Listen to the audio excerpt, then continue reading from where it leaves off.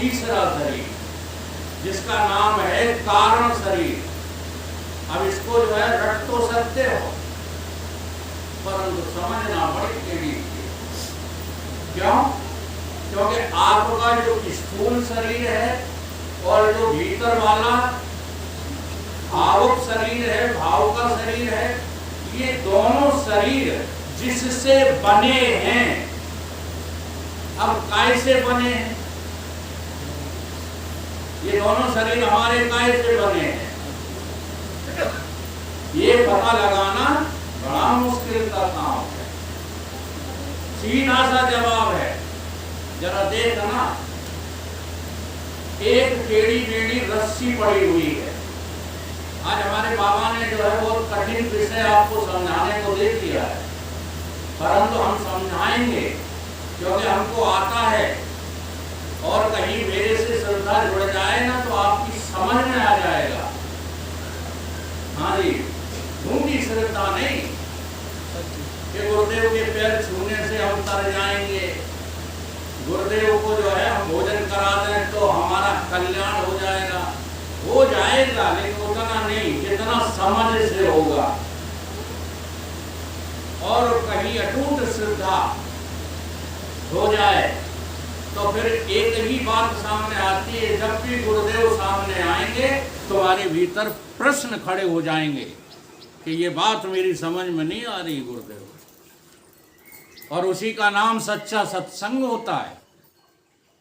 अब वो जो तीसरा शरीर है वो उदाहरण से आप समझ लोगे, लेकिन वास्तव में समझने में तो बहुत काल जब करे हो सत्संगा, तब बिना ही प्रयास होए भव भंगा। कैसे? जैसे एक टेढ़ी मेढ़ी रस्सी पड़ी हुई है और आप चले जा रहे हो, अंधेरा है, आंखों से धुंधला हो गया है, पूरा प्रकाश नहीं जो है हो रहा, तो अचानक वो रस्सी हमें क्या दिखने लगती है? सांप।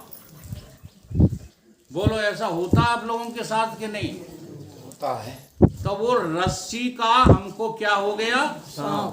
अज्ञान। सांप। तो वहां सांप है? नहीं है, लेकिन दिख रहा है, बिल्कुल क्लियर दिख रहा है। ऐसा भी नहीं है कि हम मन में डराए नहीं, डर भी लग रहा है, लाठी भी लेने चले गए मारने के लिए, परंतु टॉर्च नहीं लाए, हाथ भी जोड़ रहे हैं। हाँ, एक आदमी हाथ जोड़ रहा है, वो है रस्सी है नहीं कुछ, लेकिन हाथ जोड़ा कि चले जाओ महाराज चले जाओ। एक लाठी लेकर भाग रहा है मारने के लिए। अब बताओ दोनों लोग जो है अज्ञानी हैं कि नहीं है? और जो टॉर्च ले आओ तो जैसे ही प्रकाश दिखाया वहां कोई सांप वाप नहीं। अच्छा पहले था? नहीं था। फिर बाद में बन गई रस्सी सांप? नहीं। क्या हुआ? रस्सी का अज्ञान ही हमें भ्रम पैदा कर देता है सांप होने का। इसी प्रकार से हम अपनी आत्मा को नहीं जान पाते। जी हाँ, तो स्थूल और सूक्ष्म शरीर पैदा हो जाते हैं। इसी का नाम है तीसरा कारण शरीर। ये तीनों कारण शरीर, सूक्ष्म शरीर, स्थूल शरीर, तीनों के तीनों ये हमारे सामने अवस्थाओं के रूप में रोजाना दिखते रहते हैं। जागृत कहते हैं स्थूल शरीर को, स्वप्न कहते हैं सूक्ष्म शरीर को, कारण कहते हैं नींद को। नींद में तुम कारण रूप से मौजूद हो कि मर गए हो? ईमानदारी से बताना। मौजूद है। रात को जब सो जाते हो तो तुमको जो है घर वाले मरघट में ले जाते हैं, लेकिन वहां तो हालत तो वही। जरा ध्यान दो, मरघट में क्यों नहीं ले जाते हैं? क्योंकि वो जानते हैं कि ये सो रहे हैं, मरे नहीं है, नाड़ी अभी चल रही है। ठीक, और ठीक ऐसी ही दशा मृत्यु में होती है। नाड़ी चलना बंद हो गई तो घोषित कर दिया जाता है कि ये मर गया। तो नाड़ी चल रही है तब तक कहते हो अभी मरा नहीं है। सच्ची बात क्या है कि ये मरा ही मराया है, ये कभी जिंदा है ही नहीं। ये अनुभव करना है। मरा मरा सबको कहे, मरा न समझे कोई। एक बार ऐसे मरो कि फिर मरना ना हो। तो इन तीनों शरीरों को जानने का, समझने का फल क्या है? इन तीनों शरीरों को जानने का यथावत रोजाना अभ्यास से इनको जानो। जी हाँ, जब आप दुखी हो रहे हो तब स्थूल शरीर नहीं हो, जब आप स्वप्न देख रहे हो तब स्थूल शरीर नहीं हो, तो जब आप नींद में हो तब ना स्थूल शरीर हो ना सूक्ष्म शरीर हो, कारण शरीर हो। ये तीनों शरीरों में रोजाना तुम्हारी चेतना घूमती रहती है, आती जाती रहती है। ये कभी मरती नहीं है। अब ये नहीं मरती है, उसका नाम सीता है, और जिसके साथ रहती है वो भी नहीं मरता, आत्मा, वो राम है। इसलिए राम और सीता कभी अलग नहीं होते। इस तरह से राम सीता की अभेद भक्ति की जाती है। गिरा अर्थ जल बीच सम, कहियत भिन्न न भिन्न, बंदों सीता राम पद, जिन्हें परम प्रिय भिन्न। और ये बात किनकी समझ में आएगी? जो सत्संग से प्रेम करेंगे, जो सत्य की चर्चा सुनने में मन लगाएंगे, उनकी बात ये समझ में आने लगती है। और जिनका मन नहीं लगता, दो चार बातें सत्संग की सुनी और कहने लगे कि हम तो जान गए, वो अव्वल नंबर के मूर्ख हैं। जानने के बाद जानते हो क्या होता है? जानत तुम्हें हो जाए। अब तुम्हें लगता है कि तुम राम हो, सीता हो, लगता है? तो क्यों नहीं लगता? तुम्हें लगता है कि तुम राम हो, लगता नहीं है। क्यों नहीं लगता? कि वो जाने नहीं हो। जब जान जाओगे तो तुम्हें लगने लगेगा कि राम कोई और नहीं है, हमारी आत्मा ही तो राम है। तो आत्मा की जो चेतना है, चेतन की जो चेतना है, वही तो जो है सीता है। सीता और राम कभी अलग अलग होते ही नहीं। और बाहर से भी जब वर्णन करते हैं लोग, संत लोग, तो उनकी दृष्टि उसी जगह होती है। कहाँ? जहां पर आत्मा चेतन और चेतनता के रूप में विद्यमान है। इसलिए रामायण में एक जिक्र आया, वाटिका का नाम था पुष्प वाटिका। क्या नाम था वाटिका? जहां पर फूल चुनने गए राम और लक्ष्मण, वहां सीता जी भी आई हैं। अब देखो, नाटक बाहर का है लेकिन बात अंदर की है। वहां क्या हुआ? वहां राम ने सीता को देखा, सीता ने राम को देखा। अब ये बाहर की बात नहीं है, ये भीतर की बात है, लेकिन समझाई जा रही है कहां से? बाहर से। राम देखे सिया और सिया राम को। राम सीता को देख रहे हैं, तो सीता राम को देख। अब ये दो नहीं है, कैसे नहीं जरा समझो। आज ही घर जाकर के अपना शीशा देखना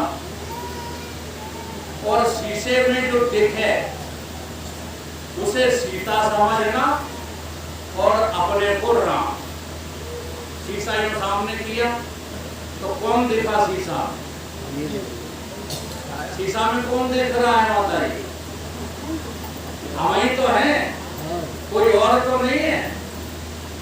ऐसे ही राम और सीता हैं, चेतन और चैतन्यता है। होंगे जिस रोज हम आमने सामने, देखना उस रोज प्यार हो जाएगा। ये बाहर वाले प्यार व्यार नहीं, ये तो तुम्हारी मूर्खता है जिसमें उलझ के रह गए हो, जो बाहर के शरीरों से तुम प्यार को प्यार समझते हो। ऐसा प्यार करने वाला ढूंढ के लाओ जो तुम्हें बचा सका हो। ये बाहरी प्यार करने वाले जो होते हैं वो मूर्ख होते हैं, बचा पाए तभी। पति पत्नी प्रेम करते हैं लेकिन एक दूसरे को छोड़ जाते हैं, तो कैसा प्यार है? या तो पत्नी छोड़कर चली जाएगी पति को, या पति छोड़कर चला जाएगा पत्नी को, प्रेम अधूरा रह जाएगा। और ये जो हम समझा रहे हैं, इस प्रेम को कोई मिटा नहीं सकता। मिटा के दिखाओ। क्यों? क्योंकि पत्नी भी हम ही है और पति भी हम ही है, हमारे अलावा और कोई दूसरा है नहीं। ऐसी समता अगर तुम सब जगह देख सको तो बताओ अनर्थ करोगे? बस ऐसी समता शरीरों की, आत्मा की, जैसा तुम्हारा सूक्ष्म स्थूल शरीर वैसे ही हमारा स्थूल शरीर। तुम्हारा भी मिट जाएगा, हमारा भी मिट जाएगा, पत्नी भी मिट जाएगी, पति भी मिट जाएगा। नहीं मिटेगा। पति भी छोड़कर किसी दूसरे शरीर में चला जाएगा, पत्नी भी छोड़कर किसी दूसरे शरीर में चली जाएगी। हाँ, ये खामखा के भाव तुम बनाते हो कि शरीर से हम एक होके मिलेंगे। क्या कहते रहते? जन्म जन्म से हमारा तुम्हारा प्यार है, सब झूठ बोलते रहते। पत्नी को मरे हुए हो गए 10 साल, एक आध बैठे होंगे। हाँ बैठे। अब वो जो है सुअरिया बनी होंगी, कुतिया बनी होंगी, अरे हम अच्छे नाम भी ले देंगे, मोरिया बनी होंगी, तोता तोती बनी होंगी। तुम यही अवेला टिके हो, फिर का साथ बता दो। केवल झूठे गाते रहते हो। जन्म जन्म का साथ है हमारा तुम्हारा, झूठ बोलते रहते हो, समझते नहीं हो। जन्म जन्म का साथ तो है किससे? तुम्हारे राम से तुम्हारा साथ है।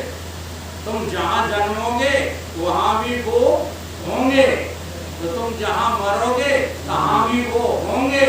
हमारा और राम का साथ कभी नहीं छूटता, और उन्हीं से तुम प्रेम नहीं करते। तुम इस जगत से प्रेम करते हो जो तुमको ठेंगा दिखाता रहता है, कभी मिलता नहीं। मिला हो किसी को तो बता दो। और हम जब महान पुरुषों को सुनते हैं तो देह बन करके सुनते हैं, इसलिए हमारी कुछ समझ में आता है। अगर समझ गए हम तो ये कहते हैं गुरु को, तो गुरु की तरह अपना व्यवहार करके देखा। एक लोहार था, लोहार गुरु का व्यवहार बता है। लोहार का जो है काम होता है हसिया, खुरपी, आंवड़ा, आरी, ये यंत्रों को बनाना। बरसात का मौसम था, आषाढ़ सावन का चल रहा था, उसकी मृत्यु आ गई। युवा था वह। भगवान ने पार्षद भेजे जमदूत, ले आओ जा करके। जमदूत आ गए, लोहार से कहा कि चलो भाई खड़े हो जाओ। उन्होंने कहा तुम कौन हो? हम यमदूत हैं, भगवान ने हमको भेजा है तुम्हें लाने के लिए। तो हाथ जोड़ के खड़ा हो गया कि अभी हमारे किसान जो है परेशान हैं, अभी किसानों के लिए हम ये सब सामान बनाते हैं।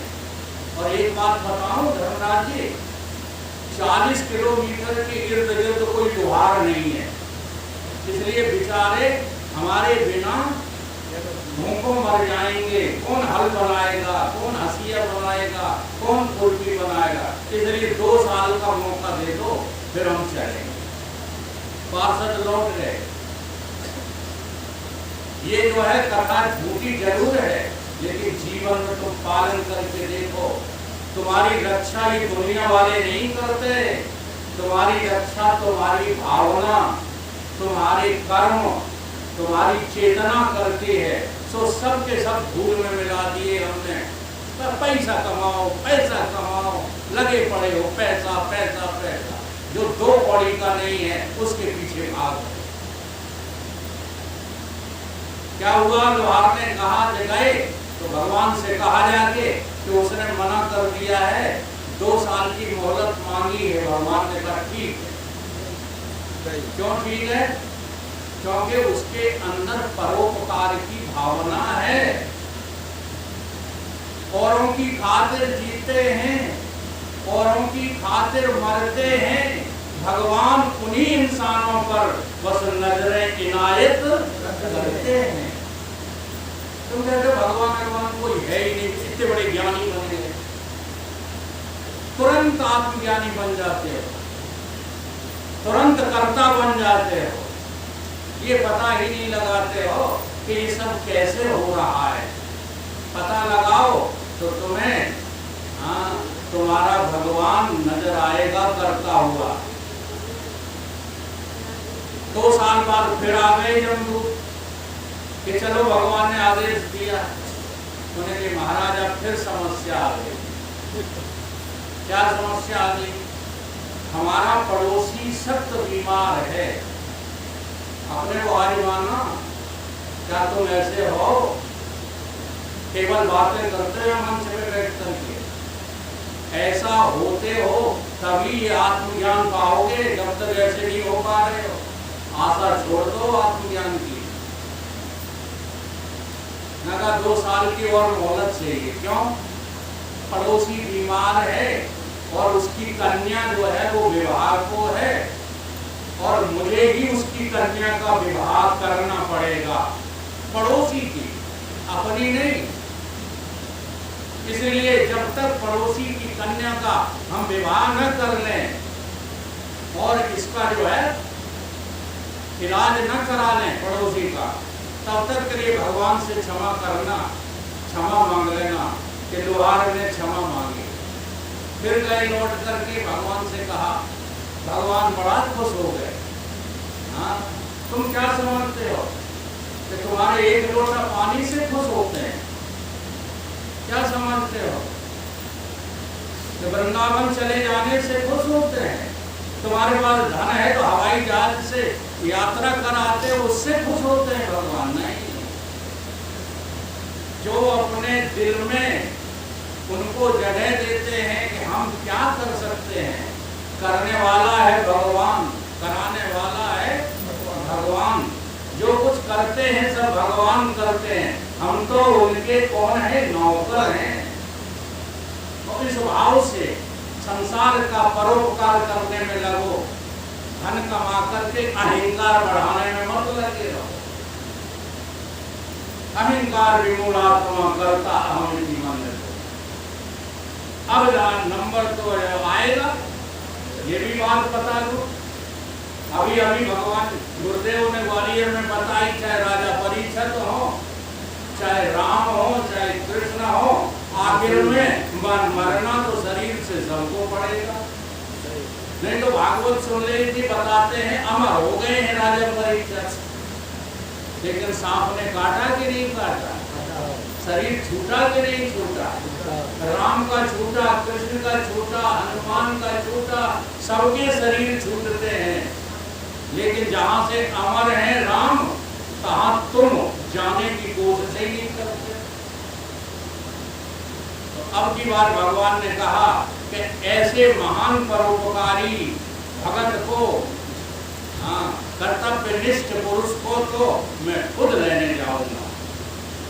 आज भगवान जो है अपने वायुयान को लेकर के, ये आप क्या समझते हो? खुद आए हैं, लोहार के सामने खड़े हो गए, चक्र हाथ में लिए हुए। वो तो आश्चर्यजनक, उसने तो फोटो देखे थे, कभी ऐसी मूर्त देखी ही नहीं थी। दौड़ के कदमों में गिर पड़ा, भगवान ने कहा अब तो भगत जी चलो। भगत जी ने कहा शहर से हम चलने को तैयार है, लेकिन एक शर्त हमारी है। वो क्या है? बोले हम नरक नहीं जाएंगे। क्या बोला भगत? अब जितनी जानता था उतना ही बोलेगा। तुम तो नहीं जानते, उसको भी मंच से भगाया करते हो।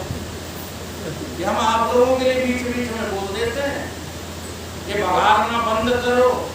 जिस स्तर पे जी रहे हो उसी स्तर की बातें हम लोगों के सामने रखा करो, जिससे कुछ समझ में आएगा।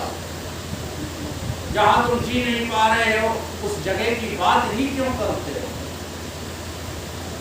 तुम अभी परोपकार करो तो दूसरों को सीखने को मिलेगा। तुम अभी दूसरों की जो है सेवा में लगो तो दूसरों को सीखने को मिलेगा। अब महाराज जी पंखा डुला रहे हैं, तुम में से किसी की दम नहीं पड़ी जो पंखा डुला हो, फिर कहते हो नाराज होते हैं। सोचा करो इन बातों को। सेवा है नहीं है, भक्ति है नहीं, कुछ भी है, केवल ज्ञान। केवल ज्ञान का नाम पुरुषार्थ है, बाकी और कोई पुरुषार्थ नहीं है। इसलिए पुरुषार्थ तब मिलेगा जब तुम भक्ति की श्रेणी को पार करो। आज कह रहा मैं नरक नहीं जाऊंगा, भगवान मुस्कुरा रहे हैं। अरे भगत, तुझे नरक ले जाने के लिए थोड़ा ही आया हूं। तुझे अभी पता नहीं है कि हम जिसके सामने आ जाते हैं उसका स्वर्ग नरक दोनों खत्म हो जाता है। सन्मुख होए जीव हुए जबहि, जन्म कोटि अविनाश है तबहि। मम दर्शन फल परम अनुपा, जीव पाए निज सहज रूपा। अरे अब तू न नरक जाएगा न स्वर्ग जाएगा, तू तो मेरे स्वरूप में ही समा जाएगा। अब जो तू है वही मैं हूँ। इतनी बात समझाने भर की देर है और तेरा जो है भवसागर पार। इसका नाम मोक्ष होता है। तो ऐसी जो भक्ति हम बिना किसी स्वार्थ के, बिना किसी मतलब के करेंगे तो हमको फिर ये तीनों शरीर वाकायदा स्पष्ट दिखने लगेंगे, समझ में आने लगेंगे। और जबरदस्ती समझाने से नहीं आते समझ में। नहीं तो हम 40 वर्षों से समझाने में लगे पड़े और कोई बात समझ में नहीं आती। क्यों नहीं आती है? इसलिए नहीं आती है तो वहां तक हमारी पहुंच नहीं है। हम अपनी मैं को, अपने मेरे पने को समझ ही नहीं पा रहे।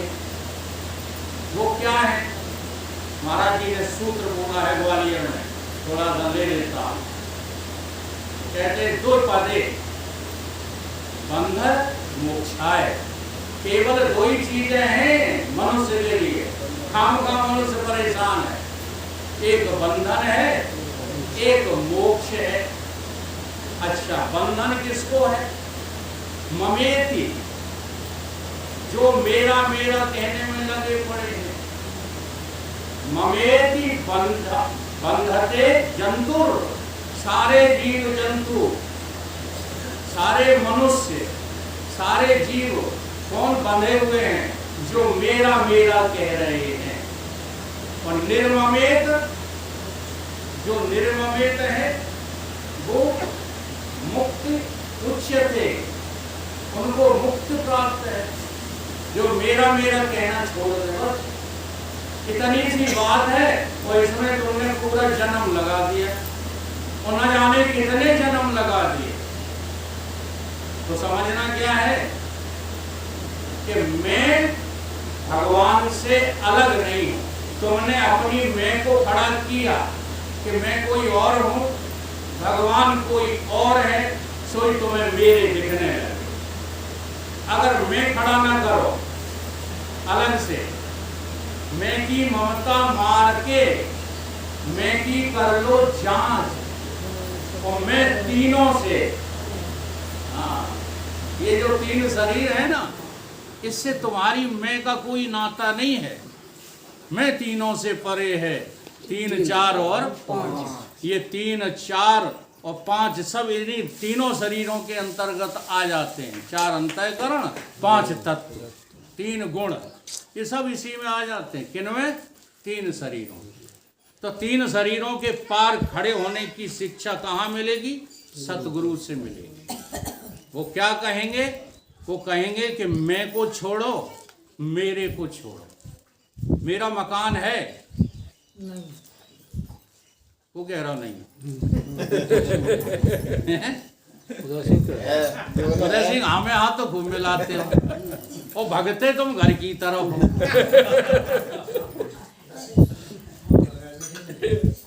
भाई आज बैठे हैं, उस दिन मेरा कोई प्लान तो नहीं था पप्पू के यहाँ रुकने का।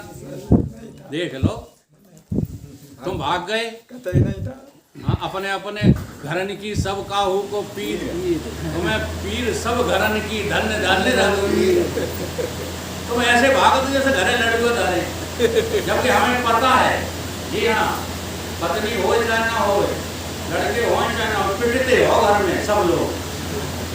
किसी की कोई इज्जत नहीं घरों में, समझ में नहीं आती। देखो बता दें कैसे समझ में नहीं आती। तुमने कहा लला आज सत्संग है, थोड़ा सा हम ये काम नहीं कर पाए, इसे थोड़ा कर लेना। अम्मा तुम जानो, तुम्हारा काम जाने, रोज सत्संग चढ़ा देता। अब बोलो पिटे कि नहीं पिटे? लेकिन तुम महसूस नहीं करते हो, हमने महसूस किया। और ये खड़े हैं बाहर, तुम कभी महसूस ही नहीं करते।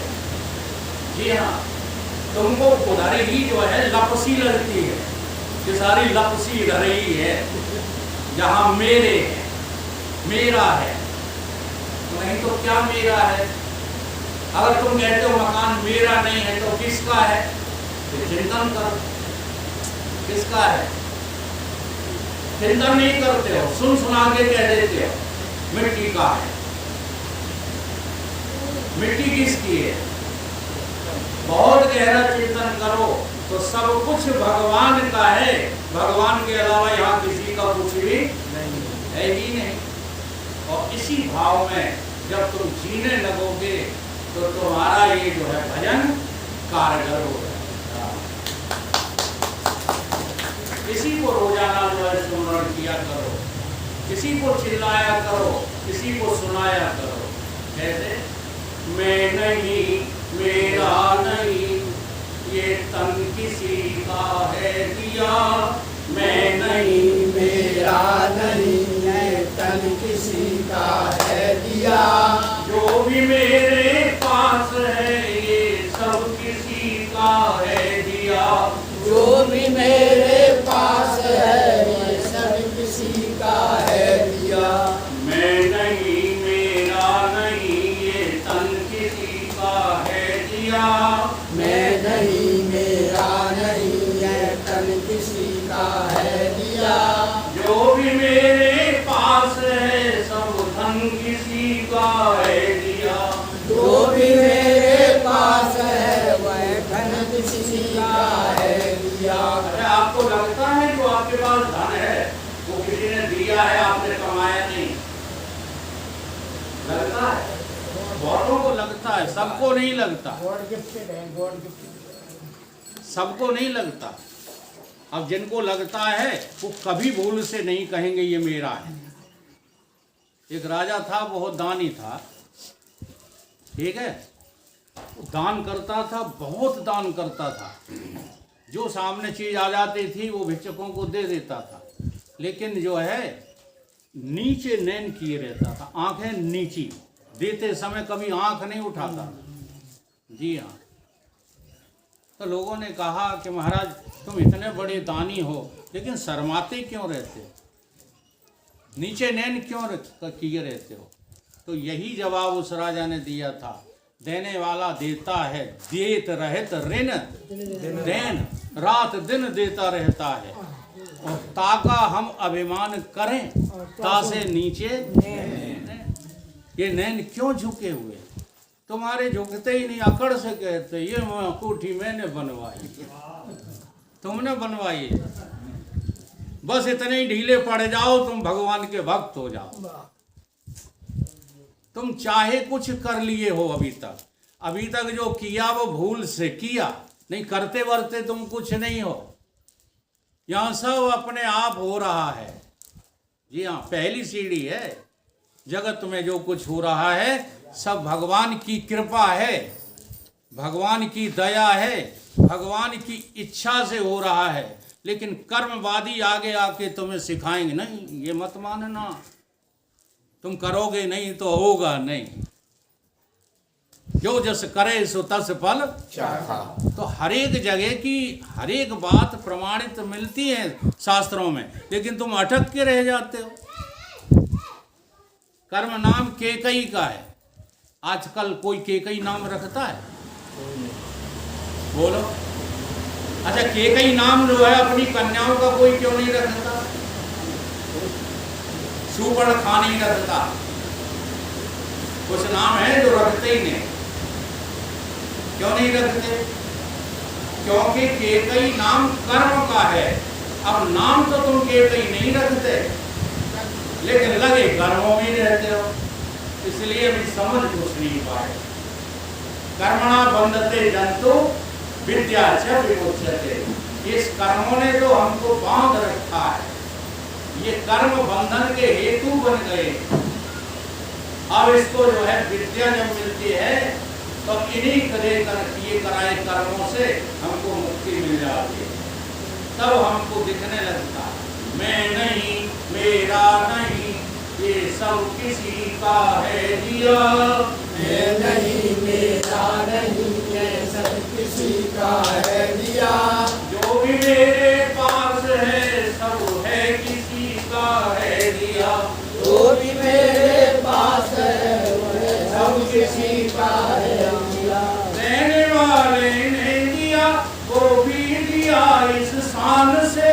देने वाले ने दिया वह भी दिया इस शान से।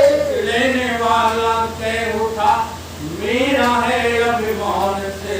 लेने वाला कह उठा मेरा है अभिमान से। अब ये सब किसने दिया? आप लोगों को बच्चे किसने दिए? भगवान ने। तो भगवान के हैं कि तुम्हारे? ईमानदारी से बताना। लगते नहीं है।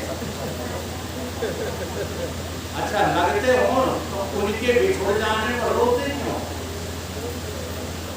अगर लगने लग जाए, दूसरा पहलू भी देखिए, अगर हमको ये लगने लग जाए कि भगवान के हैं तो जिसके हैं तेरा तुझको अर्पण अगर वो ले लेते हैं तो हम काहे रोने लगते? अब रोने लगते हैं, ये प्रमाण है कि तुम उनको भगवान का मानते ही नहीं। देने वाले ने दिया वो भी दिया इस शान से। देने वाले ने दिया वो भी दिया इस शान से। लेने वाला कह उठा मेरा है अभिमान से। लेने वाला कह उठा मेरा है अभिमान से। मैं मेरा ये कहने वाला मन भी किसी का है दिया। मैं मेरा ये कहने वाला मन ही है दिया। आप अपने मन से ही तो कहते हो कि ये मेरा पुत्र है, ये मेरी पुत्री है, ये मेरा मकान है, ये मेरी नौकरी है। ये कहाँ से कहते हो? मन से। और ये मन भी तुम्हें किसने दिया है? भगवान। फिर तुम्हें क्या अधिकार है कहने का? मैं मेरा ये कहने वाला मन भी किसी का है दिया। मैं मेरा कहने वाला मन भी किसी का है दिया। मैं नहीं, मेरा नहीं, ये तन किसी का है दिया। मैं नहीं, मेरा नहीं, ये तन किसी का है दिया। जो भी मेरे पास है सब धन किसी का है दिया। जो भी मेरे पास है सब धन किसी का है दिया। जो मिला है वो हमेशा पास रह सकता नहीं। जो मिला है वह हमेशा पास रह सकता नहीं। रख लोगे? नहीं, जो रख ले वो खड़ा हो जाए। जो तुमको मिला है, चाहे संबंध मिले हो, हाँ, जैसे हमको हमारे पिताजी मिले, हम रोक ही नहीं पाए, खिसक गए।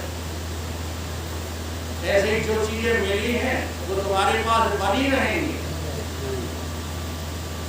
बनी रहें दावा करो तो लगे उसी में वो रखने के लिए। किसी का नाम मोह है, किसी का नाम लोभ है, किसी का नाम कामना है, तो समझते नहीं हो, इसीलिए छोड़ नहीं गए और छोड़ रही नहीं है, दूसरों को समझाने में लगे पड़े। बरोबर। और ये छोड़ने पकड़ने की बात बाहर से नहीं हो।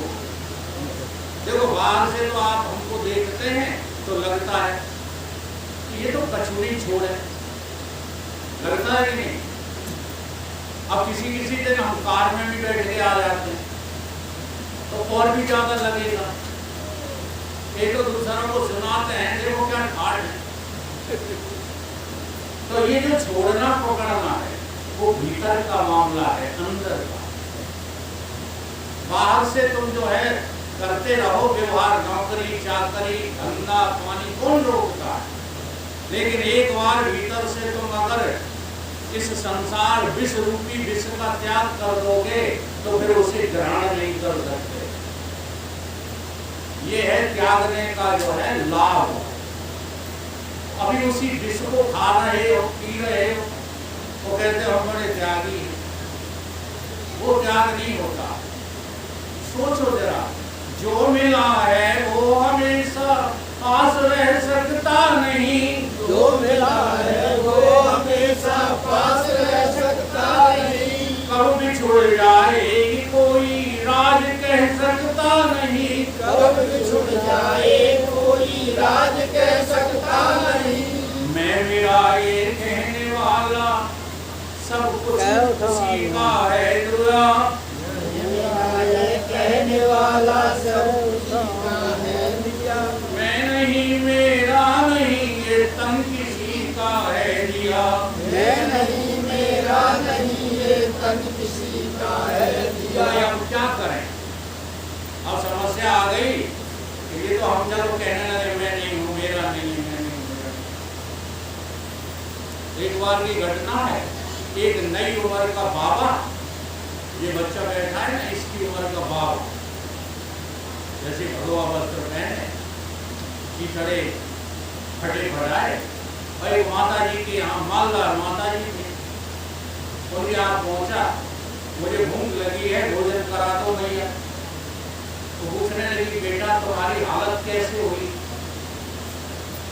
तुम ऐसे कैसे हो गए, लगते तो किसी भले घर के हो। बोले मुझे भूख लगी, पहले भोजन कराओ तब बताऊंगा। तो भोजन करा दिया भैया ने, वो पानी पिला दिया, फिर बोले आप बताओ।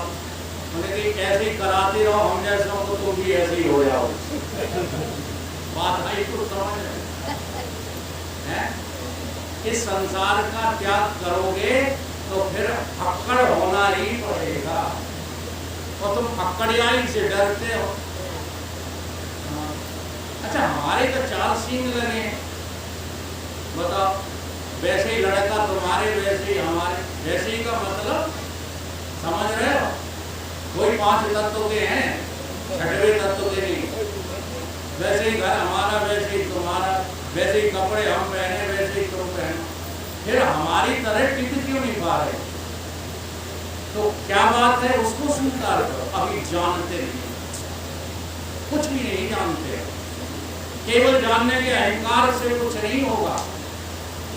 समझ करके जानो, ये स्थूल शरीर में नहीं हूँ, मेरा नहीं है। ये हाथ में नहीं हूँ, मेरे नहीं है। ये आंखें में नहीं हूँ, मेरे नहीं है। ये भजन किया करो, ये सब परमात्मा की देन है। ऐसे मन बुद्धि चित्त अहंकार क्यों विद्या का अभिमान करते हो?